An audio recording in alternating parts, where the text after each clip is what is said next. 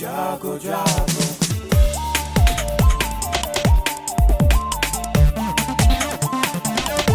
Radio जागो जागो radio जागो 90.4 FM। रेडियो जागो 90.4 FM स्टूडियो हरदोई में हम स्वागत कर रहे हैं जनता टीवी के उत्तर प्रदेश और उत्तराखंड के हेड समाचार संपादक के उपाध्याय जी का, और हमारे साथ में हैं भारतीय जनता पार्टी के नेता राजेश पाठक जी। उपाध्याय जी, आपका स्वागत है कि आपने अभी हाल में ही आपकी एक नई पुस्तक अमृतकाल की ओर, इसका विमोचन भारतीय जनता पार्टी के राष्ट्रीय अध्यक्ष जेपी नड्डा जी ने दिल्ली में प्रधानमंत्री कार्यालय के सभागार में किया। ये अमृतकाल की ओर, आपने इसका नाम उपाध्याय जी क्यों रखा? ये अमृतकाल से आपका मतलब क्या है? कौन सा अमृत है जो इस काल में लोगों तक पहुंचा?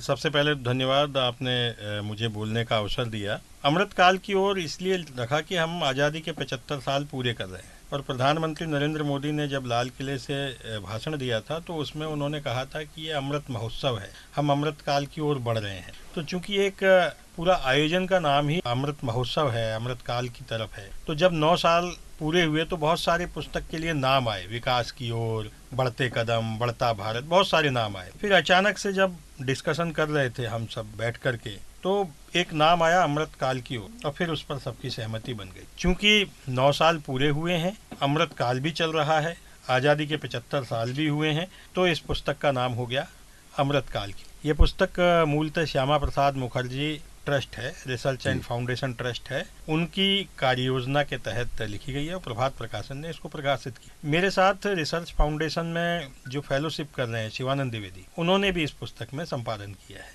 बहुत अच्छी बात है। देखिए, पत्रकारिता का आपका बहुत पुराना अनुभव है, आप हिंदी हिंदुस्तान के भी संपादक रहे, तो आपने इसमें अमृतकाल, जो हमने आपसे पूछा, ये काल कौन सा, ये अवधि कौन सी है, उस अवधि में ऐसा क्या हुआ जिसका कि आपने इस पुस्तक में अमृतकाल की ओर में इसकी व्याख्या की? इसमें देखिए, हमने लिए तो 9 ही साल है, मोदी सरकार के 9 साल को लिया है जी।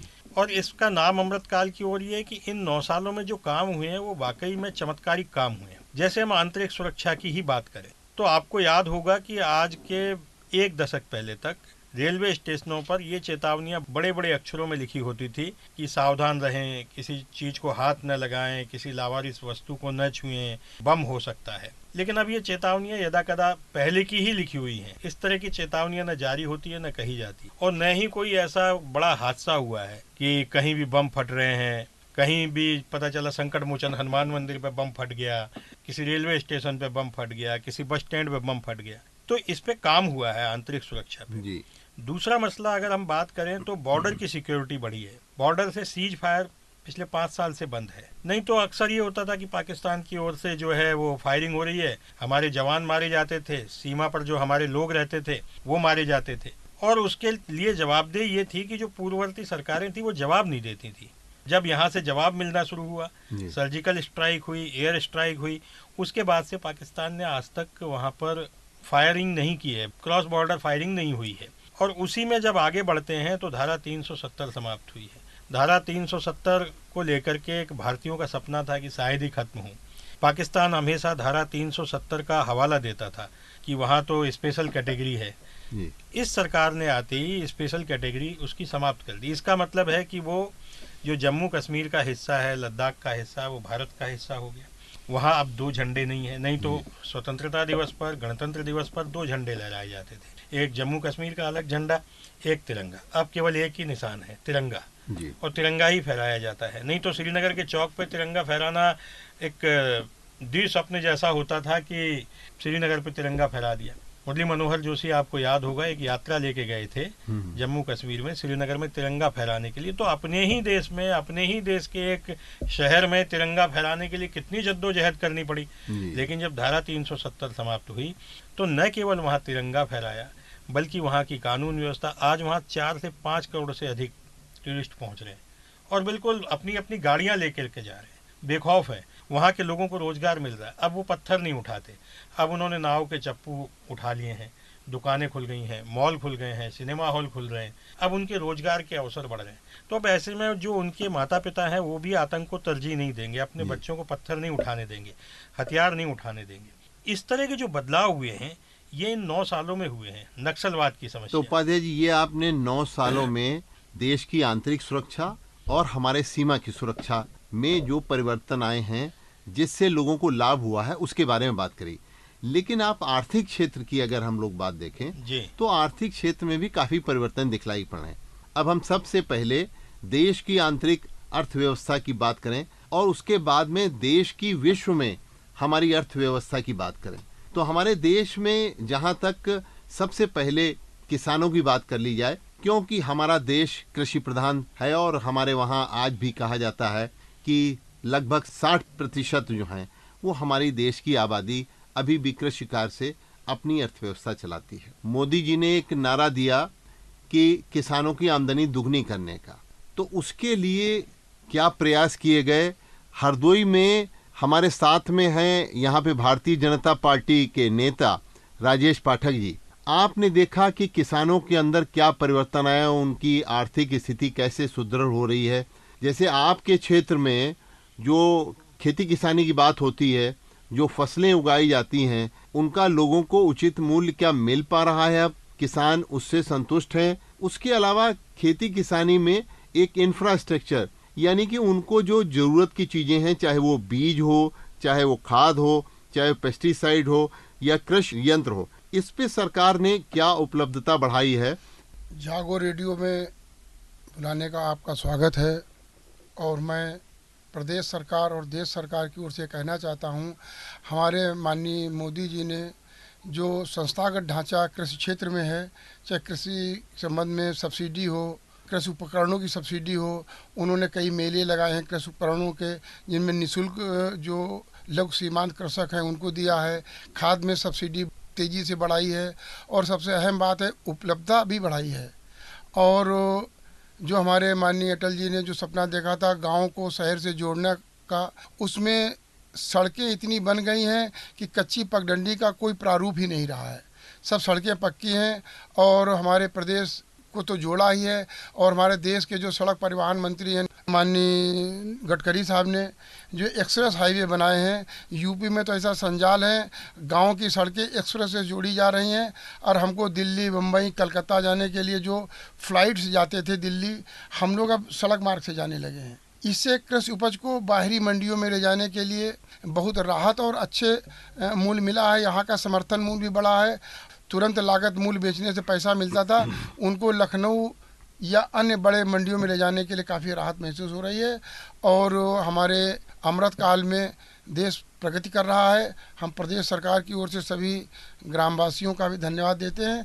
खेती किसानी की बात जब करते हैं तो सबसे पहले सड़क की व्यवस्था की बात करते हैं, क्योंकि जिससे किसान अपने उत्पाद को एक ऐसी मंडी में ले जा सके जहां पे उसको उचित मूल्य और अधिक मूल्य प्राप्त। लेकिन आप हरदोई के परिप्रेक्ष्य में हम देखें तो यहाँ पे भी काफ़ी परिवर्तन, क्योंकि यहाँ की मुख्य जो फसल है वो है गन्ना और उसके साथ धान और गेहूँ।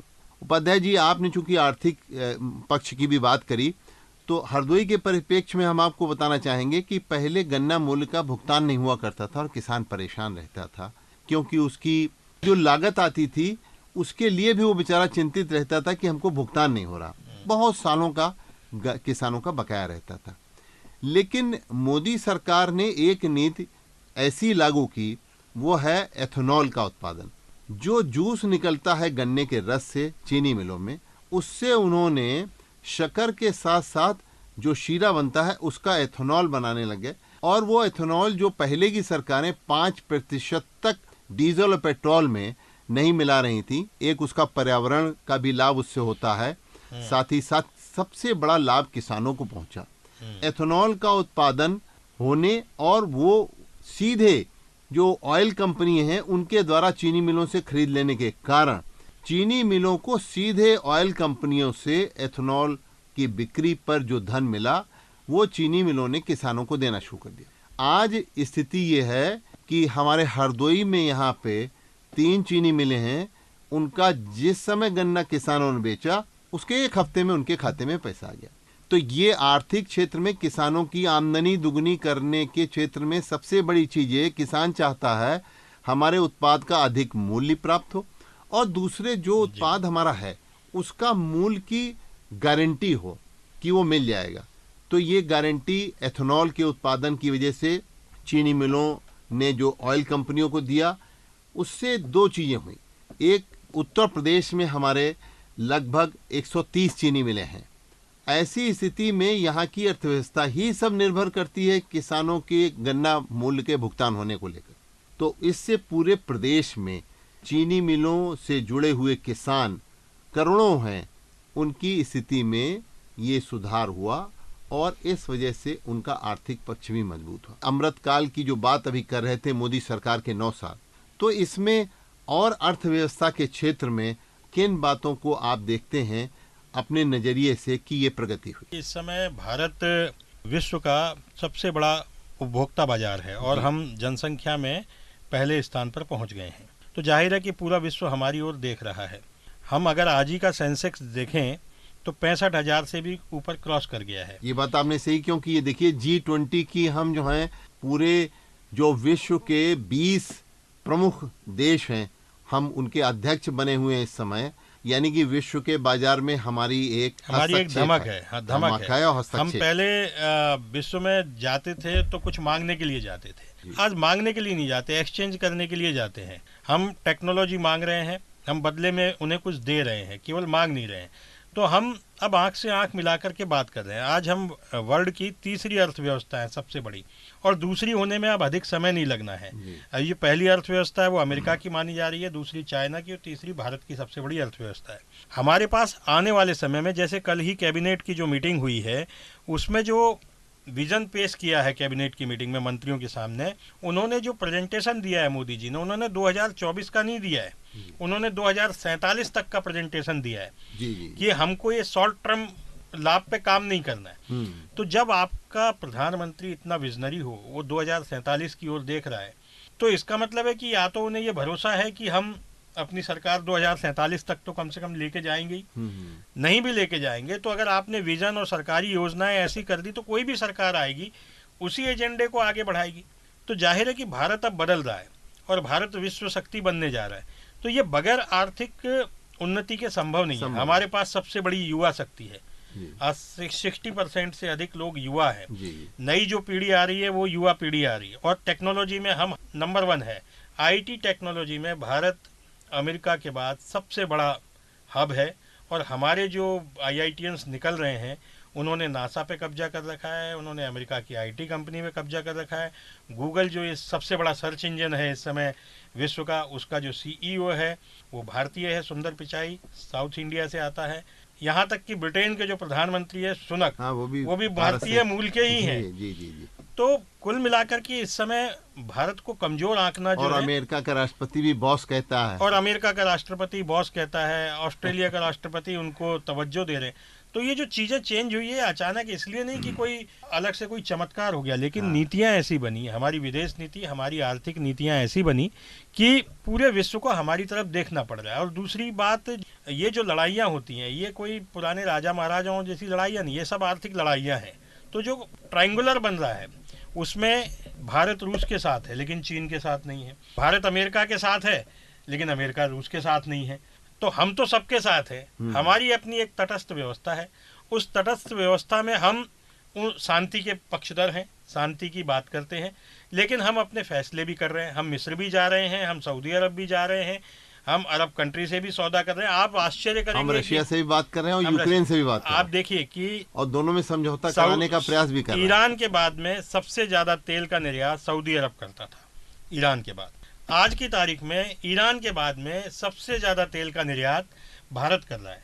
भारत ने क्या किया, आपदा में अवसर तलाशा। रूस पर जब पाबंदियां लगी तो रूस सबसे बड़ा तेल उत्पादक देश था, रूस से तेल हमारी कंपनियां खरीद रही हैं, भारतीय कंपनियां, और हम यूरोपीय कंपनियों को बेच रहे हैं वो तेल खरीद करके। तो अब इसे चाहे बिजनेस का दिमाग कह लें या कुछ भी कह लें, लेकिन हमने उससे पैसा कमाया, हमारी तेल कंपनियां आज फायदे में हैं, तो वो पैसा तो कहीं ना कहीं से रोटेट होके भारत में ही आ रहा है ना। तो हम हमारे देश में जो उपाध्याय जी ये परिवर्तन देखने को मिल रहे हैं जी, इनके पीछे एक पहले कहा जाता था कि भ्रष्टाचार की रोज एक खबर आती थी जी कि एक घोटाला हो गया, और बड़े बड़े घोटाले हुए, कई स्कैम हुए, 3G से लेकर के और 2G से लेकर के, और न मालूम कितने कोल स्कैम, हर चीज में एक स्कैम वर्ड जरूर जुड़ जाता था। लेकिन आज जो हमारे देश की अर्थव्यवस्था जो सुदृढ़ हो रही है, उसके पीछे हमारा ट्रांसपेरेंसी भी है। हमारी दूसरी चीज ये है कि हमारा काम करने का वो जो भ्रष्टाचार के प्रति नो टॉलरेंस की जो बात है, उसकी वजह से भी काफी परिवर्तन देश में देखने को मिला। देखिए, आज हम इस रेडियो स्टेशन रेडियो जागो में बैठे हुए हैं, इसकी भी स्थापना के पीछे जब कोई पूछता है तो हम कहते हैं ये भी मोदी सरकार की एक ट्रांसपेरेंसी का ही ये एक आपको यहाँ प्रतिफल दिखलाई पड़ रहा है कि कहीं कोई किसी के पास जाना नहीं है, किसी को आप कोई रुपए देना नहीं है, डायरेक्ट आप जो है वेबसाइट पे जाइए, एप्लीकेशन डालिए और अपना लाभ पाइए। ऐसे ही डायरेक्ट बेनिफिट जो मिला है डीबीटी जिसको हम कहते हैं, तो उसकी वजह से गांव-गांव लोगों को जो कल्याणकारी योजनाएं हैं उनका पैसा उनके पास तक सीधे पहुंचा है। यानी कि बिचौलियों की और जो मध्यस्थों की भूमिका थी जो पहले की सरकारों में बहुत ज्यादा रहा करती थी, वो कहीं न कहीं उस पर अंकुश लगा है। आप क्या मानते हैं? बिल्कुल सही बात है। देखिए, सबसे पहले तो जो किसान सम्मान निधि के जो पैसे जाते हैं, अगर पुराना मॉडल अपनाया होता तो पहले जाके पंचायत से साइन करवाओ, फिर ब्लॉक से साइन करवाओ, फिर विकासखंड अधिकारी से साइन कराओ, फिर जाके जिला अधिकारी से साइन होंगे, फिर आपका नाम चढ़ेगा, तब उसको 2000 रुपये मिलते हैं। लेकिन इस बार ऐसा नहीं हुआ। उन्होंने 2012 के हिसाब से जो गरीबी रेखा के नीचे थे और जिनके पास भी 2.5 एकड़ से अधिक की ज़मीन है, उन्होंने लिस्ट बनाई, उस लिस्ट को निकाला और कहा कि ये सब पात्र हैं। अब उसमें से न कोई अधिकारी, न कोई भाजपा का नेता या न ही कोई बड़ा नेता न नाम को हटा सकता है और न नाम को बढ़ा सकता है। इसी आधार पे आयुष्मान योजना मिली, इसी आधार पे किसानों को सम्मान निधि मिली। किसानों को सम्मान निधि मिली, अगर आपके पास 2.5 एकड़ या उससे कम जमीन है तो आपको किसान सम्मान निधि का लाभ मिल रहा है। उसके लिए किसी के पास सिफारिश करने जाने की जरूरत नहीं है। अगर किसी कारणवश वो छूट गए हैं तो उनके नाम जुड़ने की प्रक्रिया है, लेकिन वो भी बहुत ट्रांसपेरेंट है और उसमें किसी को 2000 रुपये जब उसके खाते में आते हैं तो उसको किसी को देना नहीं है, वो सीधे उसके खाते में आते हैं। ऐसे ही यूरिया का मुझे पता है कि यूरिया के जो डीलर थे उनके पास में सब्सिडी खाने के लिए फर्जी किसानों की एक लिस्ट हुआ करती थी। खाद डालने का समय आता था तो एक आर्टिफिशियल यूरिया का संकट क्रिएट किया जाता था, तो उस समय यूरिया मिलता नहीं था, लाइन लगती थी, किसान रात रात भर से लाइन में लग रहा है। उसके लिए इन्होंने नीम कोटिंग की व्यवस्था की। फिर उन्होंने कहा कि किसान अपना वहां से खरीद के लाए, पूरा पैसा दे, सब्सिडी हम किसान के खाते में डालेंगे। अब अगर रामचरण ने खाद ली है तो उसको सब्सिडी मिलेगी, लेकिन मंगलदास ने खाद नहीं ली है तो उसको सब्सिडी नहीं मिलेगी। ये एक व्यवस्था हुई। तो उससे क्या हुआ कि जो एक सिंडिकेट चल रहा था खाद का, जो फर्जी नाम 1000 नाम है जिसमें से 200 लोगों को सब खाद मिली, 800 लोगों के नाम पे सब्सिडी हजम कर ली जाती थी। तो वो सिंडिकेट टूट गया। आज खाद का भी संकट नहीं है और किसानों को भी लाभ में, क्योंकि उनके खाते में पूरी सब्सिडी पूरी की पूरी आती है, कहीं कोई गोलमाल नहीं है, यूरिया भी उनको मिल जाता है। तो ऐसी न जाने कितनी योजना। अगर आपके पास आयुष्मान कार्ड है, उसके साथ में हॉस्पिटल की लिस्ट है।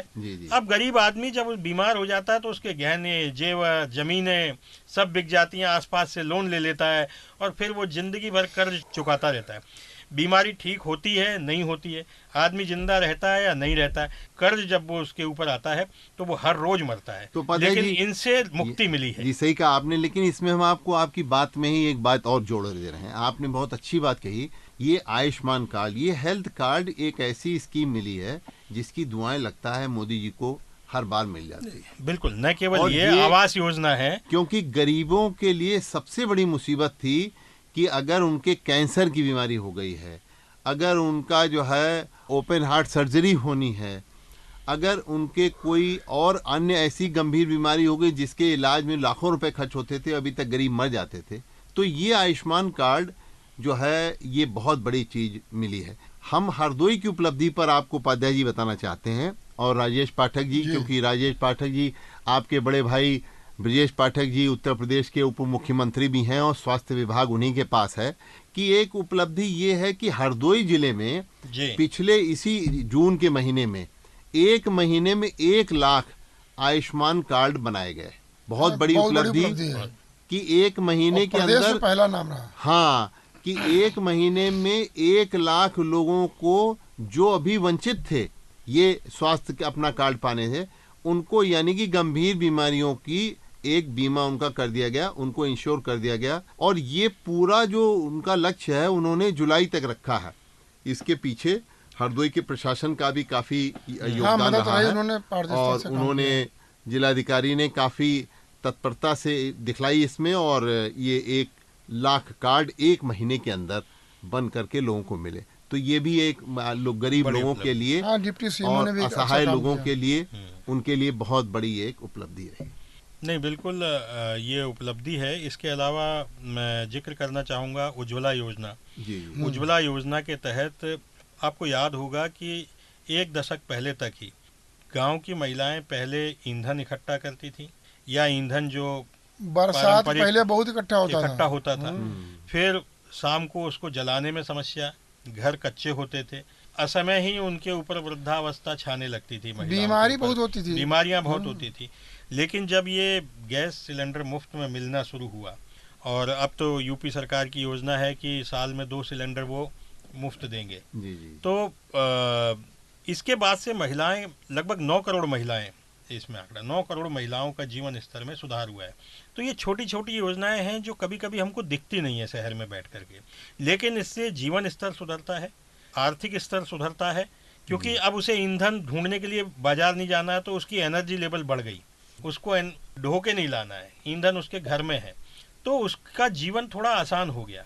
इसी प्रकार से बहुत सारे ऐसे परिवार थे जिनके सपने ही थे कि उनके घर पे शायद कभी छत होगी कि नहीं होगी, पक्के आवास बनेंगे कि नहीं बनेंगे, तो उनको पक्के आवास मिले हैं। यहाँ तक कि माफियाओं की जमीनें छुड़ाई गई हैं, उन पर गरीबों को आवास बना करके अलॉट भी कर दिए गए। अभी हाल में इलाहाबाद में ऐसा हुआ है, योजना के तहत दिया गया। तो बहुत सारे ऐसे काम है, और सबसे बड़ा जो काम है, जो क्रांतिकारी इसे कहना चाहिए, शौचालय। देश के हर घर में आज शौचालय है, जिनमें नहीं है वो बहुत ही कोई या तो दुर्भाग्यशाली है या जागरूक नहीं है, ऐसा की उसी के घर में नहीं है।